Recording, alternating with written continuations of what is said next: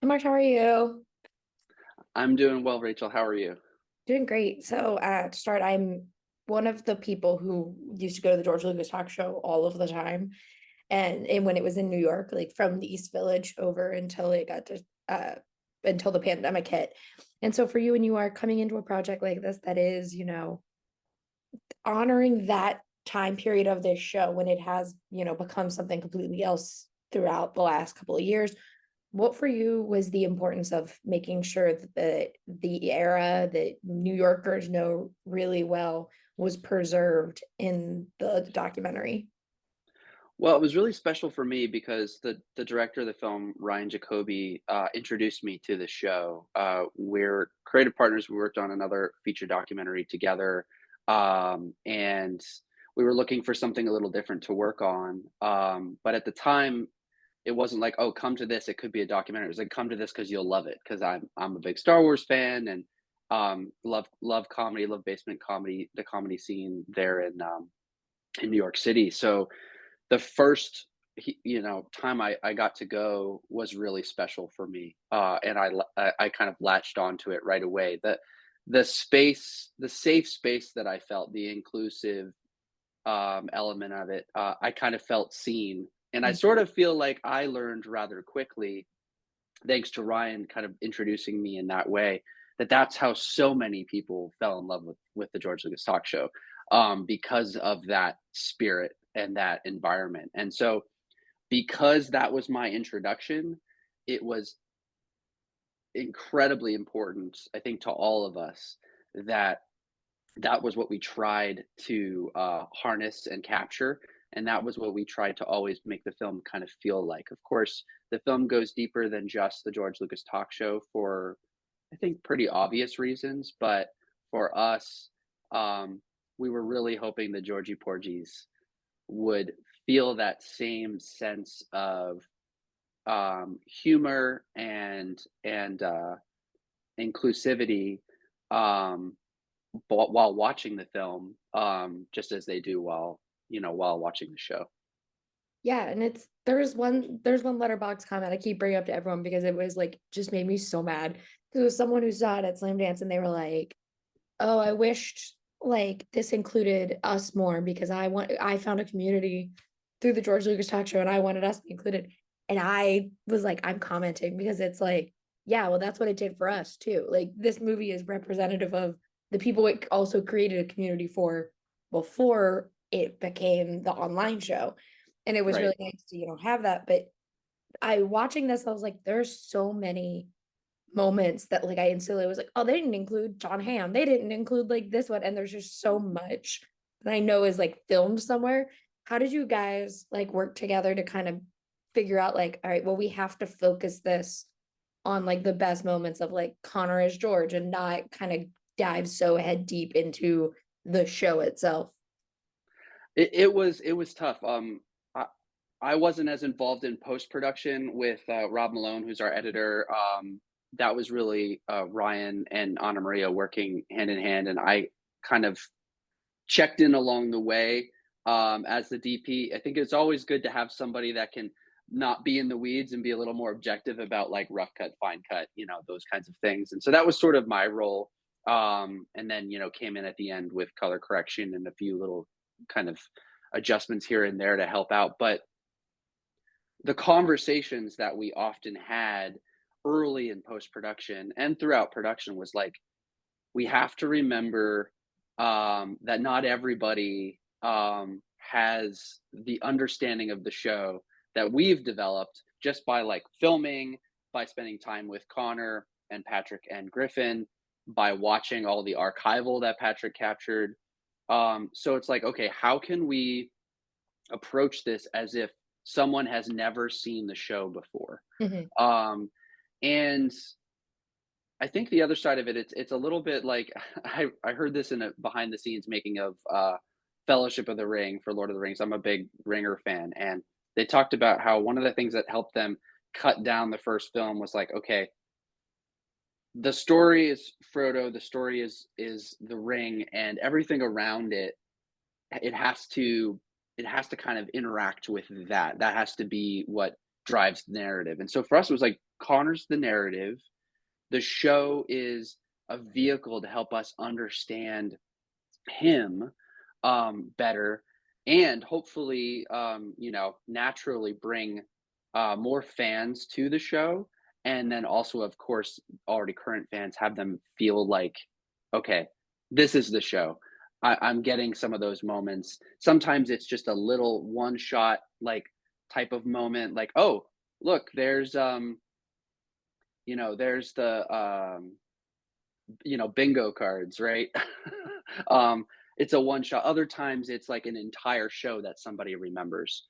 So I think that was like the thing that we always talked about was how can we approach this as much as people do not have an understanding of the show, and slowly bring them into that world.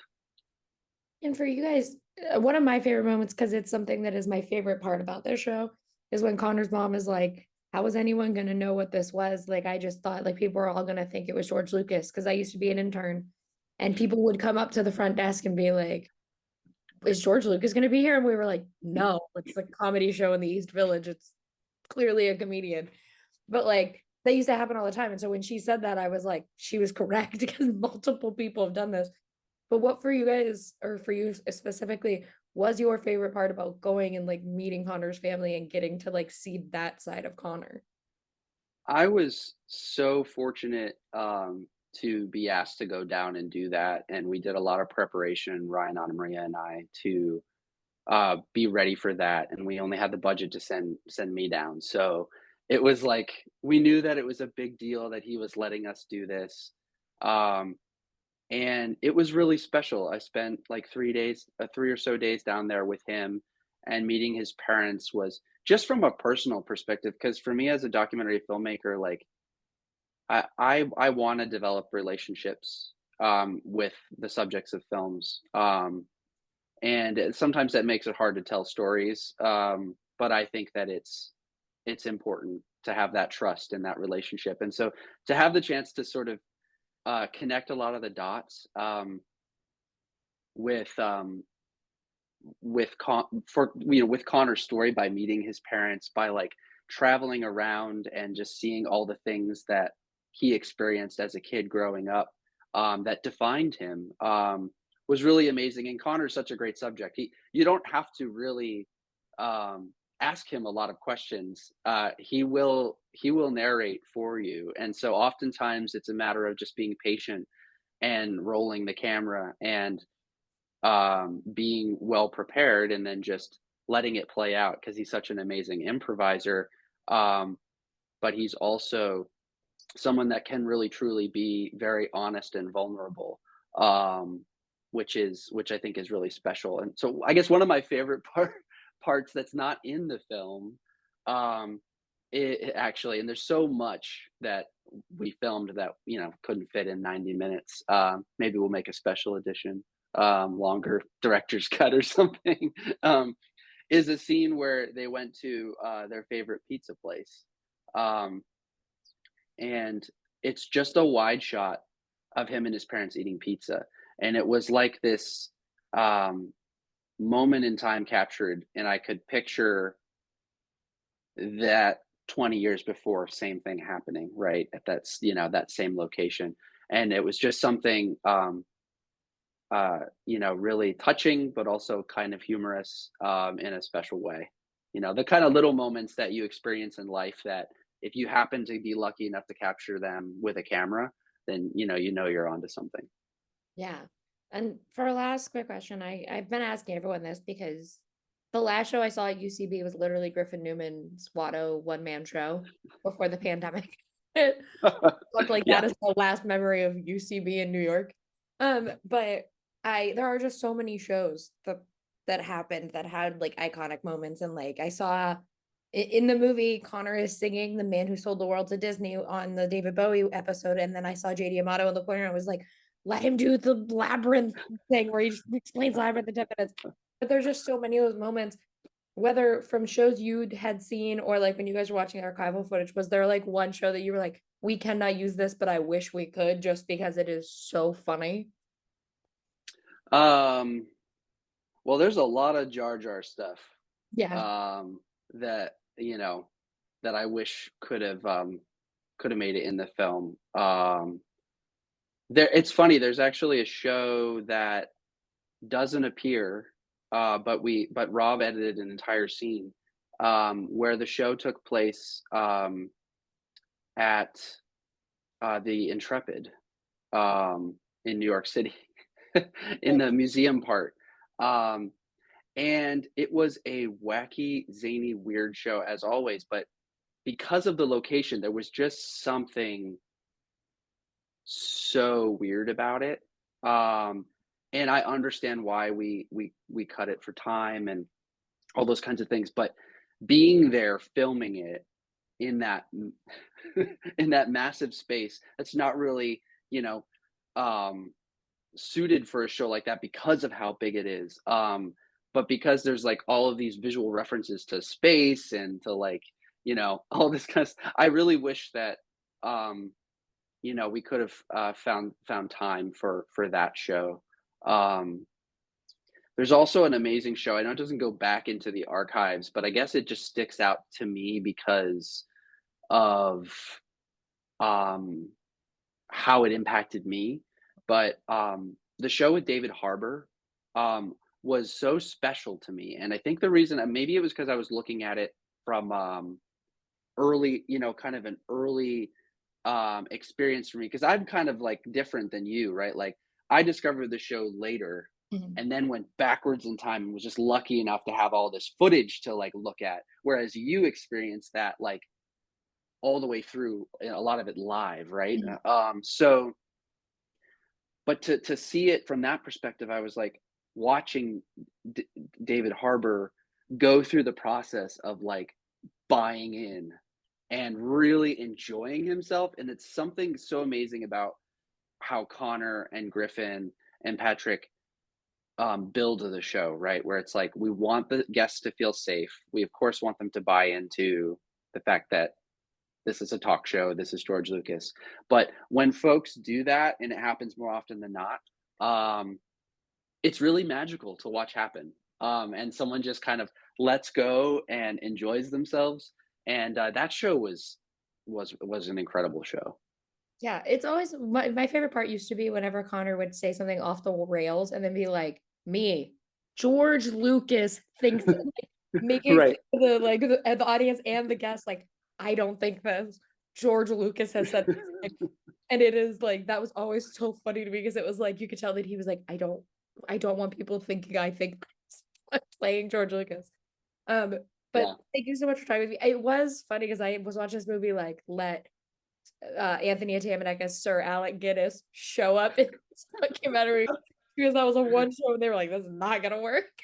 What Derailed. I would what I would love to do is sit down with a group of folks like you, like do like a it's not a test screening obviously because you've already Yeah. seen the film and the film's done, but like have that kind of environment and then like ask you all questions like what do you miss? Like and then literally take notes. Just because I'm fascinated. There's it really is super inspiring to me when a group of folks love something like this because in essence like the message of the film being about like create like don't worry about the result if it fulfills you if you love it create and you will find a community right and so it's always amazing to talk to folks like you because you're a part of this community right and Connor finds it I know very important that that community exists so I feel very fortunate that we've had the chance to capture little bits of that. Yeah. I will now live in the Billy D. Williams scent infamy. I just can't Well Leah. We were the just losing our minds. the funny thing about that is I got hit with that too because I was running around with a camera like right up front. The only thing that saved me was that I could move around, whereas the poor folks in the front row, like Right it in the was front a next to Taylor because we had to hand out all the bingo cards and then we were just like, yeah, no. yep. Yeah, that is a it's funny how scent, impacts your memory. That is something that I will live with till the day I die. Every time I go to New York Comic Con, it's I literally am like, remember when we all got attacked by Billy D. Williams? I wish there could be, like, a little section of the carpet where it got spilled on, and if everybody was aware of it, they could, like, go over there and just Access sort to of remember of that memory. 'Cause it. wow, yes, It quite was a amazing. journey. But thank you so much for talking with me. I can't wait for people to get to see the doc and experience something that I know means a lot to like me and all my friends who ended up being in it. We were all freaking out at the IMDb. I was like, or the letterbox. I was like, I'm in here. My quotes didn't get used, but my face is like front and center at one point. So Yes. Yeah. it too. Um, I remember when told me that that's who you were, I was like, "Oh, this is amazing. This is gonna be so awesome, chance to meet you," because I didn't get a chance to meet you that night. Um, so yeah, thank you so much for the opportunity to talk with you and to talk with our whole team. We're touched and really appreciative. Of course, makes me very happy. But thank you. Have a great day. Thanks, you too. Bye. Bye.